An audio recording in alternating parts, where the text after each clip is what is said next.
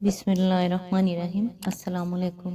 آج کی بات، کیا فرق پڑتا ہے ہمارے پاس کتنا حسن ہے، کتنے دولت ہے، کتنے لاکھ، کتنے کروڑ، کتنے گھر، کتنی گاڑیاں ہیں، کھانی تو بس دو روٹیاں ہیں، جینی تو بس ایک زندگی ہے۔ فرق تو بس یہ پڑتا ہے کہ ہم نے کتنے پل خوشی سے بتائے اور کتنے لوگ ہماری وجہ سے خوشی سے جیے۔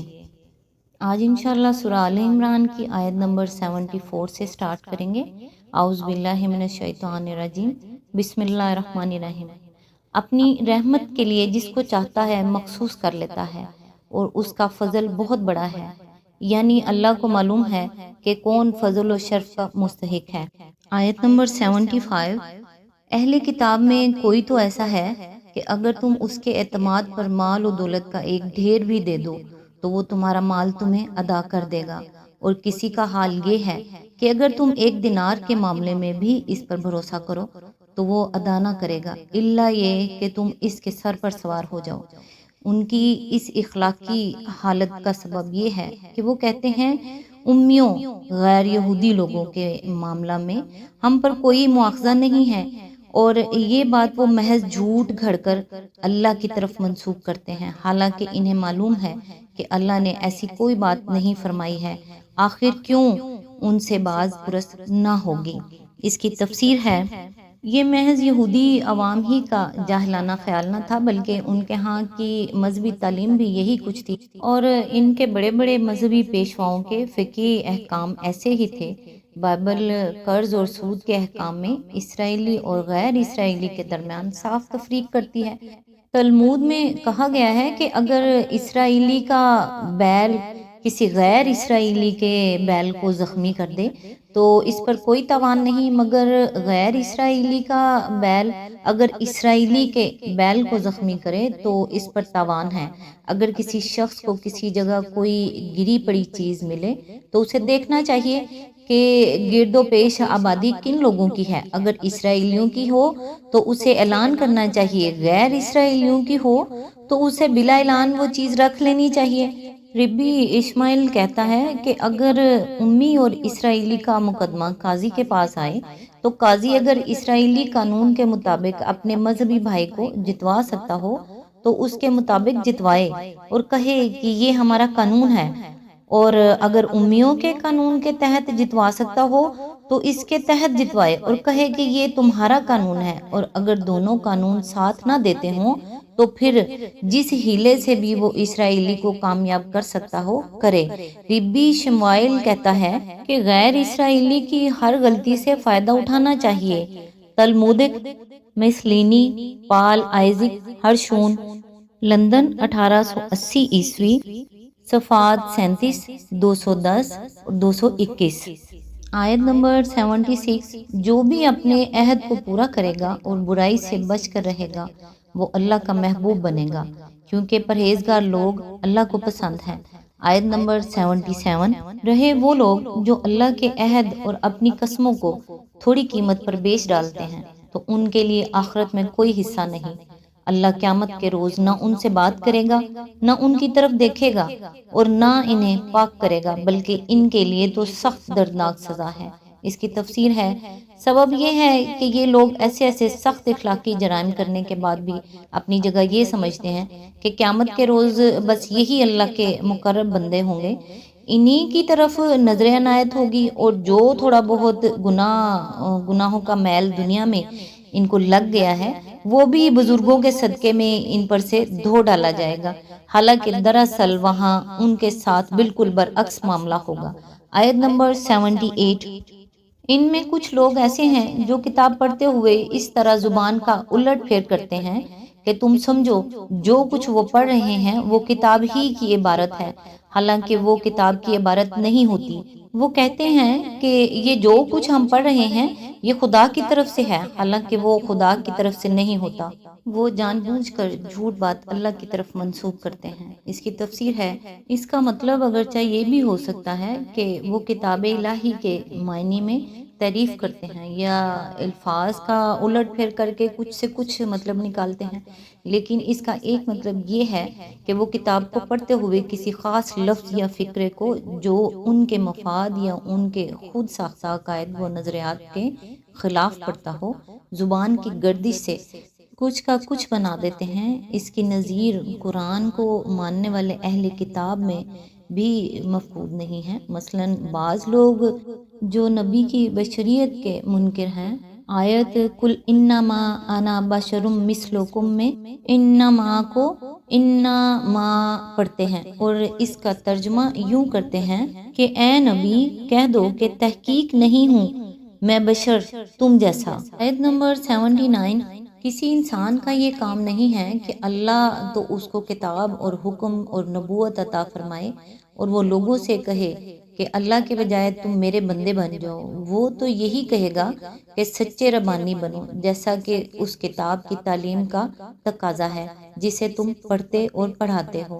اس کی تفسیر ہے، یہودیوں کے ہاں جو علماء مذہبی عہدیدار ہوتے تھے اور جن کا کام مذہبی امور میں لوگوں کی رہنمائی کرنا اور عبادات کے قیام اور احکام دین کا اجرا کرنا ہوتا تھا، ان کے لیے لفظ ربانی استعمال کیا جاتا تھا، جیسا کہ خود قرآن میں ارشاد ہوا ہے لولا ینہاہم الربانیون والاحبار عن قولہم الاسم واکلہم السحت۔ اس کا ترجمہ ہے ان کے ربانی اور ان کے علماء ان کو گناہ کی باتیں کرنے اور حرام کے مال کھانے سے کیوں نہ روکتے تھے۔ اسی طرح عیسائیوں کے ہاں لفظ ڈیوائن بھی ربانی کا ہی اہم معنی ہے۔ آیت نمبر 80، وہ تم سے ہرگز یہ نہ کہے گا کہ فرشتوں کو یا پیغمبروں کو اپنا رب بنا لو۔ کیا یہ ممکن ہے کہ ایک نبی تمہیں کفر کا حکم دے جبکہ تم مسلم ہو؟ اس کی تفسیر ہے، یہ ان تمام غلط باتوں کی ایک جامع تردید ہے جو دنیا کی مختلف قوموں نے خدا کی طرف سے آئے ہوئے پیغمبروں کی طرف منسوب کر کے اپنے مذہبی کتابوں میں شامل کر دی ہیں، اور جن کی روح سے کوئی پیغمبر یا فرشتہ کسی نہ کسی طرح خدا اور معبود قرار پاتا ہے۔ ان آیات میں یہ قاعدہ کلیہ بتایا گیا ہے کہ ایسی کوئی تعلیم جو اللہ کے سوا کسی اور کی بندگی و پرستش سکھاتی ہو اور کسی بندے کو بندگی کی حد سے بڑھا کر خدائی کے مقام تک لے جاتی ہو، ہرگز کسی پیغمبر کی دی ہوئی تعلیم نہیں ہو سکتی۔ جہاں کسی مذہبی کتاب میں یہ چیز نظر آئے، سمجھ لو کہ یہ گمراہ کن لوگوں کی تحریفات کا نتیجہ ہے۔ آیت نمبر 81، یاد کرو اللہ نے پیغمبروں سے عہد لیا تھا کہ آج ہم نے تمہیں کتاب اور حکمت و دانش سے نوازا ہے۔ کل اگر کوئی دوسرا رسول تمہارے پاس اسی تعلیم کی تصدیق کرتا ہوا آئے جو پہلے سے تمہارے پاس موجود ہے تو تم کو اس پر ایمان لانا ہوگا اور اس کی مدد کرنی ہوگی۔ یہ ارشاد فرما کر اللہ نے پوچھا، کیا تم اس کا اقرار کرتے ہو اور اس پر میری طرف سے عہد کی بھاری ذمہ داری اٹھاتے ہو؟ انہوں نے کہا، ہاں ہم اقرار کرتے ہیں۔ اللہ نے فرمایا، اچھا تو گواہ رہو اور میں بھی تمہارے ساتھ گواہ ہوں۔ اس کی تفسیر ہے، مطلب یہ ہے کہ ہر پیغمبر سے اس امر کا عہد لیا جاتا رہا ہے اور جو عہد پیغمبر سے لے لیا گیا ہو وہ لامحالہ اس کی پیروکاروں پر بھی آپ عائد ہو جاتا ہے کہ جو نبی ہماری طرف سے اس دین کی تبلیغ و اقامت کے لیے بھیجا جائے، جس کی تبلیغ و اقامت پر تم مامور ہوئے ہو، اس کا تمہیں ساتھ دینا ہوگا، اس کے ساتھ تعصب نہ برتنا، اپنے آپ کو دین کا اجارہ دار نہ سمجھنا، حق کی مخالفت نہ کرنا، بلکہ جہاں جو شخص بھی ہماری طرف سے حق کا پرچم بلند کرنے کے لیے اٹھایا جائے اس کے جھنڈے تلے جمع ہو جانا۔ یہاں اتنی بات اور سمجھ لینی چاہیے کہ محمد صلی اللہ علیہ وآلہ وسلم سے پہلے ہر نبی سے یہی عہد لیا جاتا رہا ہے اور اسی بنا پر ہر نبی نے اپنی امت کو بعد کے آنے والے نبی کی خبر دی ہے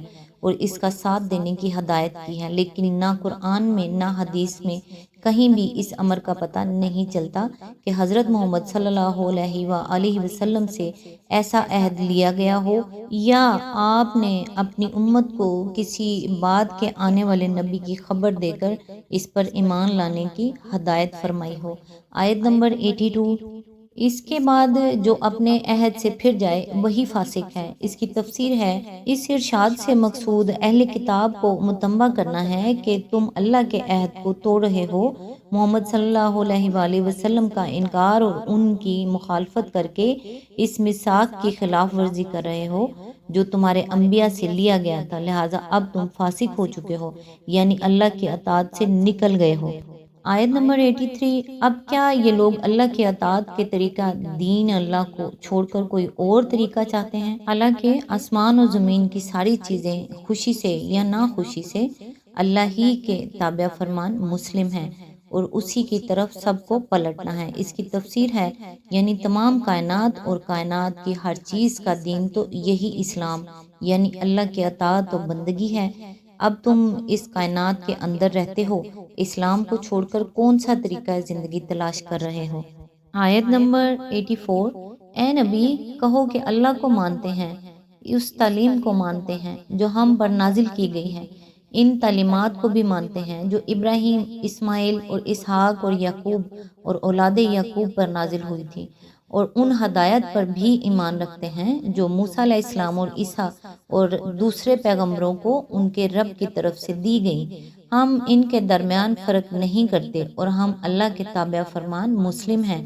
اس کی تفسیر ہے، یعنی ہمارا طریقہ یہ نہیں ہے کہ کسی نبی کو مانے اور کسی کو نہ مانے، کسی کو جھوٹا کہیں اور کسی کو سچا۔ ہم تعصب اور حمیت جاہلیہ سے پاک ہیں۔ دنیا میں جہاں جو اللہ کا بندہ بھی اللہ کی طرف سے حق لے کر آیا ہے، ہم اس کے برحق ہونے پر شہادت دیتے ہیں۔ آیت نمبر 85، اس فرما برداری یعنی اسلام کے سوا جو شخص کوئی اور طریقہ اختیار کرنا چاہے، اس کا وہ طریقہ ہرگز قبول نہ کیا جائے گا اور آخرت میں وہ ناکام و نامراد رہے گا۔ آج تک کے لیے اتنا ہی، نیکسٹ انشاءاللہ آیت نمبر 86 سے سٹارٹ کریں گے۔ تب تک کے لیے دعاؤں میں یاد رکھیے گا۔ اللہ حافظ۔